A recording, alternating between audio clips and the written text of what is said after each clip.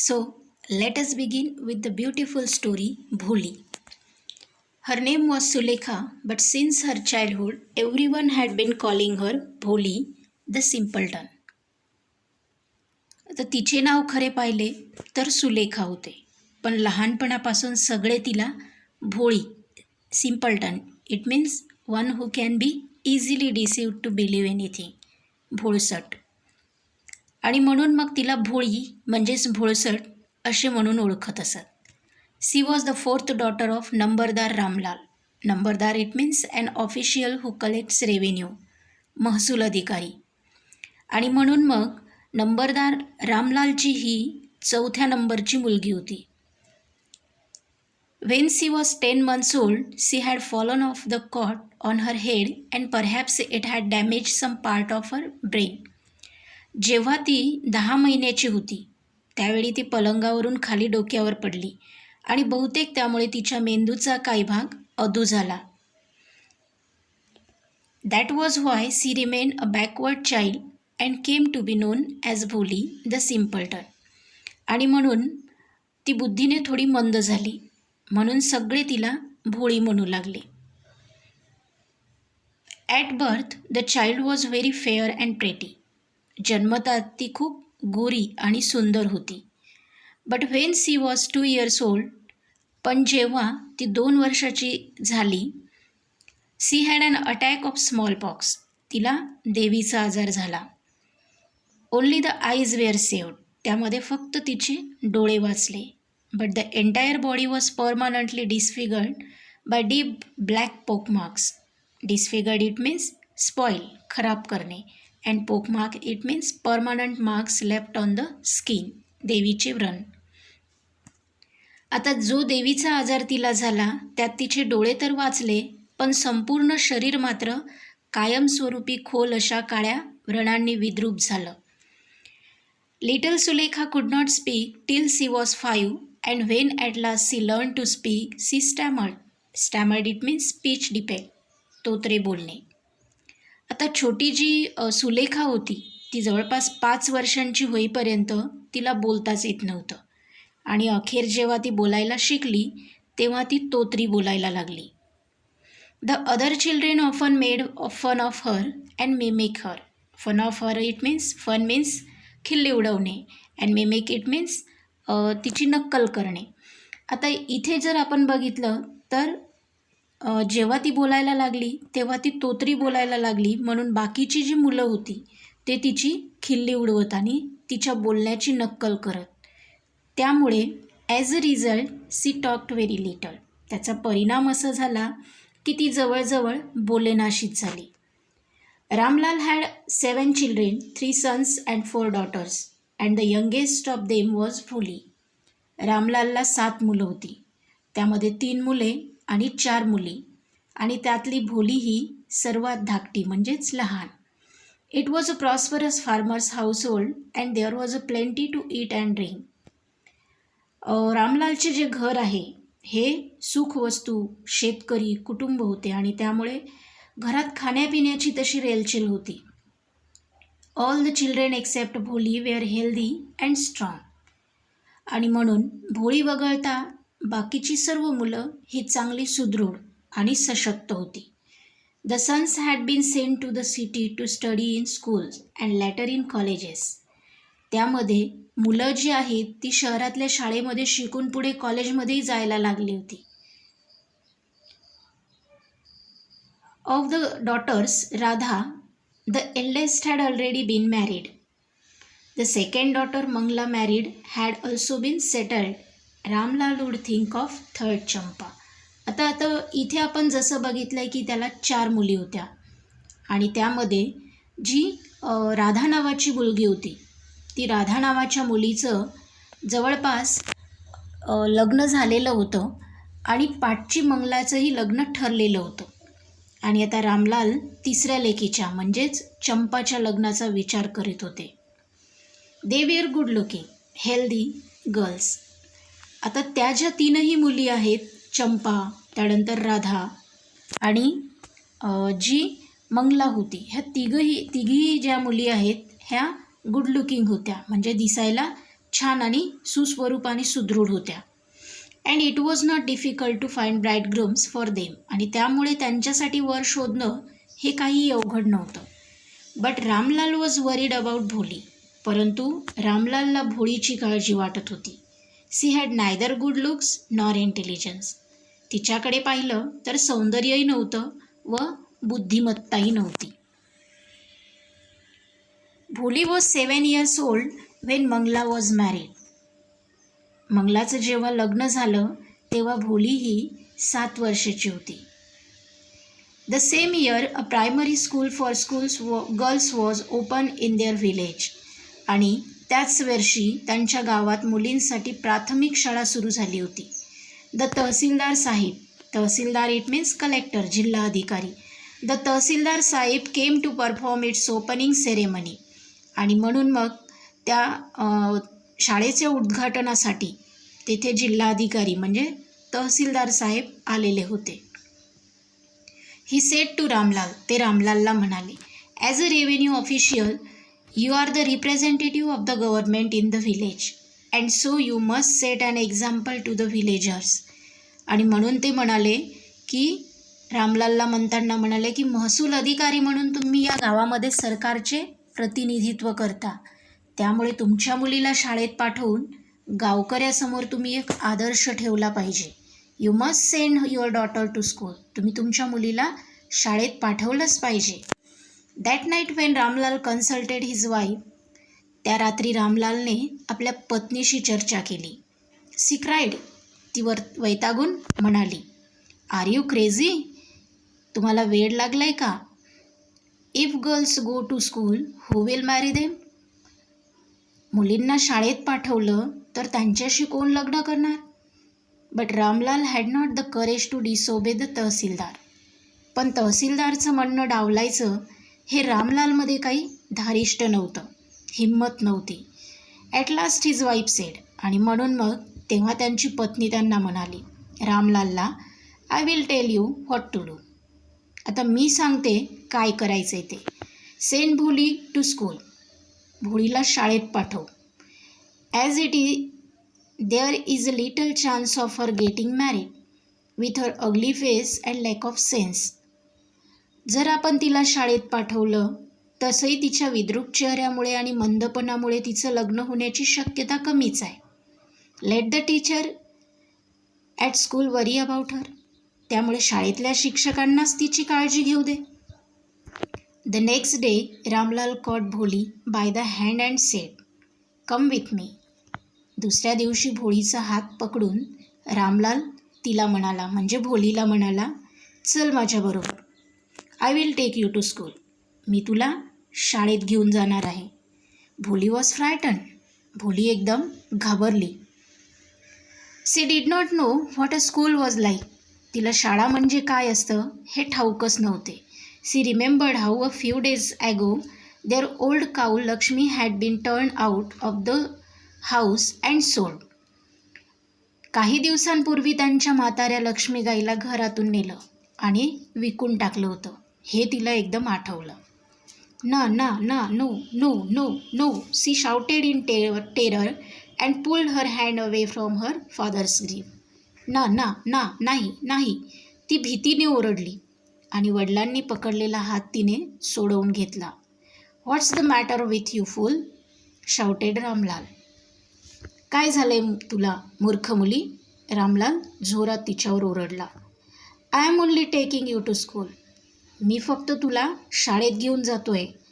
Then he told his wife. त्यानंतर त्याने त्याच्या पत्नीला सांगितलं. पत्नीला तो म्हणाला, let her wear some decent clothes today. आज आता तिला जरा चांगले कपडे घाल. Or else what will the teachers and other school girls think of us when they see her. नाहीतर तिला बघून शिक्षक आणि शाळेतल्या इतर मुली आपल्याबद्दल काय म्हणतील. New clothes had never been made for Bholi. भोळीसाठी कधीच नवीन कपडे शिवले गेले नव्हते. The old dresses of her sisters were passed on her. कारण तिच्या बहिणीचे जुने कपडेच तिला नेहमी दिले जायचे. No one cared to mend or wash her clothes. तिचे कपडे जे आहेत ते धुवायची किंवा ठीकठाक करायची कुणी पर्वा किंवा तसदीही कधी घेतली नव्हती.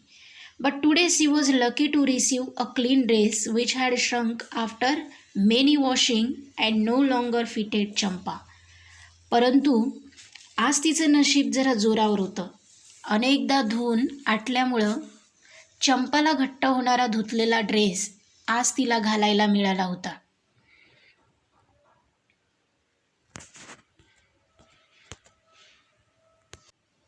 She was even bathed and oil was rubbed into her dry and matted hair. Matted it means entangled, गुंतागुंत झालेले. आणि आज तिच्या जवळपास तिच्या केसांना तेलही मिळालं होतं आणि तिला आंघोळही घालण्यात आली होती. Only then did she begin to believe that she was being taken to a place better than her home. आणि म्हणून हे सगळं पाहिल्यावर तिच्या लक्षात आलं की घरापेक्षा चांगल्या ठिकाणी आज तिला घेऊन जाणार आहेत. When they reach the school the children were already in their classrooms. ते जेव्हा शाळेत पोचले त्यावेळी मुलं अगोदरच वर्गात बसली होती. Ramlal handed over his daughter to the headmistress. रामलालने आपल्या लेकीला मुख्याध्यापकांच्या स्वाधीन केले, सुपूर्त केले. Left alone the poor girl looked about her with fear laden eyes. एकटी राहिल्यामुळे ती घाबरलेल्या नजरेनं इकडे तिकडे पाहू लागली. There were several rooms. तिथे असंख्य बऱ्याच अशा खोल्या होत्या. And in each room girls like her squatted it means sat on their heels, पाय दुमडून बसलेल्या, on mats, reading from books और writing on slates it means पाटी. आणि अनेक मुली तिच्यासारख्याच होत्या ज्या प्रत्येक खोलीमध्ये चटयावर बसल्या होत्या, बडबड करीत होत्या, पुस्तकं वाचत होत्या, पाटीवर काहीतरी लिहित होत्या. The headmistress ask Bholi to sit down in corner in one of the classrooms. मुख्याध्यापिकेंना भोळीला एका वर्गात जाऊन कोपऱ्यात बसायला सांगितलं. Bholi did not know what exactly a school was like and what happened there. शाळा म्हणजे नेमकं किंवा नक्की काय असतं आणि तिथे काय घडतं हे भोलीला अजिबात त्याची माहिती नव्हती. But she was glad to find so many girls almost of her own age present there. She hope that one of this girls might become her friend. परंतु जवळपास तिथे तिला जरी शाळा म्हणजे काय नेमकं माहीत नव्हतं, पण जवळपास आपल्याच वयाच्या इतक्या साऱ्या मुलींना तिथं बघून तिला आनंद झाला होता. आणि त्यामध्येच तिला एक आशा वाटत होती की त्यातलीच एखादी मुलगी आपली मैत्रीण व्हावी. The lady teacher who was in the class was saying something to the girls but Bholi could understand nothing. त्या वर्गातली शिक्षिका मुलींना काहीतरी सांगत होत्या, पण भोळीला त्यातलं काहीही कळत नव्हतं. She look at the pictures on the wall. ती फक्त भिंतीवरच्या चित्रांकडे पाहत होती. The colours fascinated her. त्यामधले जे रंग आहेत ते तिला आकर्षित करत होते, मोहित करत होते. The horse was brown just like the horse on which the tehsildar had come to visit their village. आता जे भिंतीवरची चित्र ती बघत होती त्या चित्रांमध्ये तिला घोड्याचा तपकिरी रंग, जो तहसीलदार त्या घोड्यावर बसून त्यांच्या गावात आला होता, अगदी तसाच दिसला. त्यानंतर the goat was black like the goat of their neighbour. The parrot was green like the parrot she had seen in the mango orchard and the cow was just like their Lakshmi. आता जसं तहसीलदार ज्या घोड्यावर बसून आले होते त्यांच्या गावामध्ये, त्याच रंगाचा तपकिरी रंगाचा घोडा तिला त्या चित्रांमध्ये दिसला. बकरीचा रंग त्यांच्या शेजारच्या बकरीसारखाच काळा होता. आमराईतल्या पोपटांसारखाच तो पोपटाचा रंगही हिरवा होता आणि त्यांच्या लक्ष्मीसारखी गायही त्यात होती. And suddenly Bholi notice that the teacher was standing by her side smiling at her. आणि अचानक भोळीला जाणवलं की शिक्षिका तिच्याकडे हसून पाहत शेजारी उभ्या होत्या. व्हॉट्स युअर नेम लिटल वन? तुझं नाव काय आहे बाळ? भो सी कुड स्टॅमर नो फर्दर दॅन दॅट. भो ती चाचरत एवढंच बोलली. Then she began to cry and tears flowed from her eyes in a helpless flood. आणि मग रडू लागली. तिच्या डोळ्यातून घळाघळा अश्रू वाहू लागले. She kept her head down as she sat in her corner, not daring to look up at the girls who she knew were still laughing at her. ती रडू लागली. तिच्या डोळ्यातून घळाघळा अश्रू वाहू लागले. मान खाली घालून ती कोपऱ्यात बसून राहिली आणि तिच्याकडे बघून हसणाऱ्या मुलींकडे मान वर करून बघायचे धाडससुद्धा तिला होईना. When the school bell rang, जेव्हा शाळेची घंटा वाजली आहे. All the girls got out of the classroom. सगळ्या मुली ज्या आहेत त्या वर्गाबाहेर पळाल्या. But भोली dared not leave her corner. परंतु मान वर करून सगळ्या मुली पळाल्या, परंतु आपली मान कोपऱ्यामध्ये खाली घालून ती तशीच मुसमुसत रडत राहिलेली होती. Her head still lowered she kept sobbing. Sobbing it means हुंदके देणे. हुंदके देत ती रडत होती. Bholi the teacher's voice was so soft and soothing. In all her life she had never been called like that. It touch her heart. Bholi शिक्षिकेचा आवाज किती मृदू आणि सुखदायक होता. तिच्या आजवरच्या आयुष्यात तिच्याशी कुणीच असं बोललं नव्हतं. ते तिच्या मनाला ते एकदम भिडलं. Get up said the teacher. It was not a command but just a friendly suggestion. Bholi got up. उठ, शिक्षिका म्हणाल्या. त्या बोलण्यात जरब नव्हती, तर तो आपुलकीचा आवाज होता. भोळी उठली. Now tell me your name. आता तुझं नाव सांग मला. Sweat broke out over her whole body. तिच्या संपूर्ण अंगाला घाम फुटला. Would her stammering tongue again disgrace her. तिच्या मनामध्ये आपल्या तोतऱ्या जिभेनं आपल्याला पुन्हा दगा दिला तर ही भीती निर्माण झाली. For the sake of this kind woman. या दयाळू स्त्रीसाठी आपण काहीतरी प्रयत्न केला पाहिजे. However she decided to make an effort. She had such a soothing voice she would not laugh at her. ती किती प्रेमाने बोलली आपल्याशी आणि नक्कीच आपण जर प्रयत्न केला तर ती आपल्यावर हसणार नाही. She again tried. भो.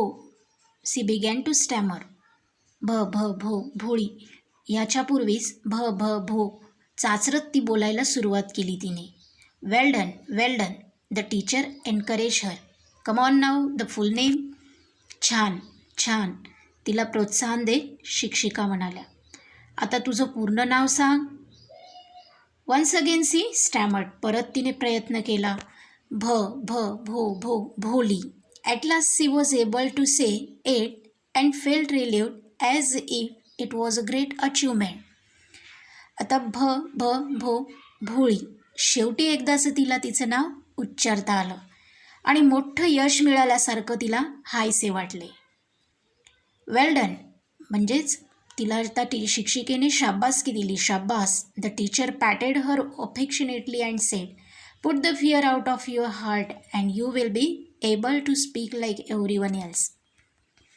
शिक्षिकेने तिला प्रोत्साहन दिलं आणि म्हणाली की शाब्बास. तिच्या पाठीवर थोपटलं. तुझ्या मनातून भीती काढून टाक. तू इतरांसारखंच बोलू शकशील. Bholi looked up as if to ask, really. भोळीने आश्चर्याने वर पाहिलं आणि जणू तिला विचारायचं होतं की खरंच मी पण बोलू शकेल. Yes, it will be very easy. You just come to school every day. Will you come? हो, अगदी सहज. फक्त तू रोज शाळेत यायला हवं. येशील ना? भोली नॉडेड इट मीन्स मान हलवणे. भोलीने आपली मान हलवली, मान डोलावली. No, say it loud. नाही, मोठ्यांदा सांग. Yes. And Bholi herself was astonished that she had been able to say it. हो. आपल्याला बोलता आले हे पाहून भोळी आश्चर्यचकित झाली. Didn't I tell you? Now take this book. मी म्हटलं नव्हतं का तुला? आता हे पुस्तक घे. The book was full of nice pictures, and the pictures were in color dog, cat, goat, house, parrot, tiger, and a cow just like Lakshmi. त्या पुस्तकामध्ये खूप अशी सारी छान छान अशी चित्र होती. त्यामध्ये कुत्रा, मांजर, शेळी म्हणजेच बकरी, घर, पोपट, वाघ आणि अगदी लक्ष्मीसारखी दिसणारी गायसुद्धा. And with every picture was a word in a big black letters. आणि प्रत्येक चित्राबरोबर मोठ्या आकारात लिहिलेली काळी अक्षरंसुद्धा होती. In 1 month you will be able to read this book. एका महिन्यामध्ये तू हे पुस्तक वाचू लागशील. Then I will give you a bigger book, then a still bigger one. मग मी तुला अजून मोठं पुस्तक देईल, मग अजून मोठं. In time you will be more learn than anyone else in the village. आणि मग काही दिवसातच तू गावातल्या इतरांपेक्षा सर्वात जास्त शिकशील. Then no will ever to be able to laugh at you. मग तुला कोणीही तुझ्यावर हसणार नाही. People will listen to you with respect and you will be able to speak without the slightest stammer. आणि लोक तुझं बोलणं आदरानं ऐकतील आणि तू अजिबात न चाचरता न अडखडता बोलू शकशील. अंडरस्टँड? समजलं? Now go home and come back early tomorrow morning. आता घरी जा आणि उद्या सकाळी लवकर ये. Bhuli felt as if suddenly all the bells in the village temple were ringing and the trees in front of the school house had blossomed into big red flowers. भोलीला असं वाटलं की आपल्या आजूबाजूचं जे मंदिर आहेत, देवळं आहेत, त्यामध्ये अचानक सगळ्या घंटा घणघणू वाजू लागल्या. शाळेसमोरची जी झाडं होती त्या मोठ्या मोठ्या लाल फुलांनी जणू काही ते बहरून गेली आहेत, असं सर्व वातावरण तिच्या मनामध्ये आनंदी निर्माण झालं होतं. Her heart was throbbing with a new hope and a new life.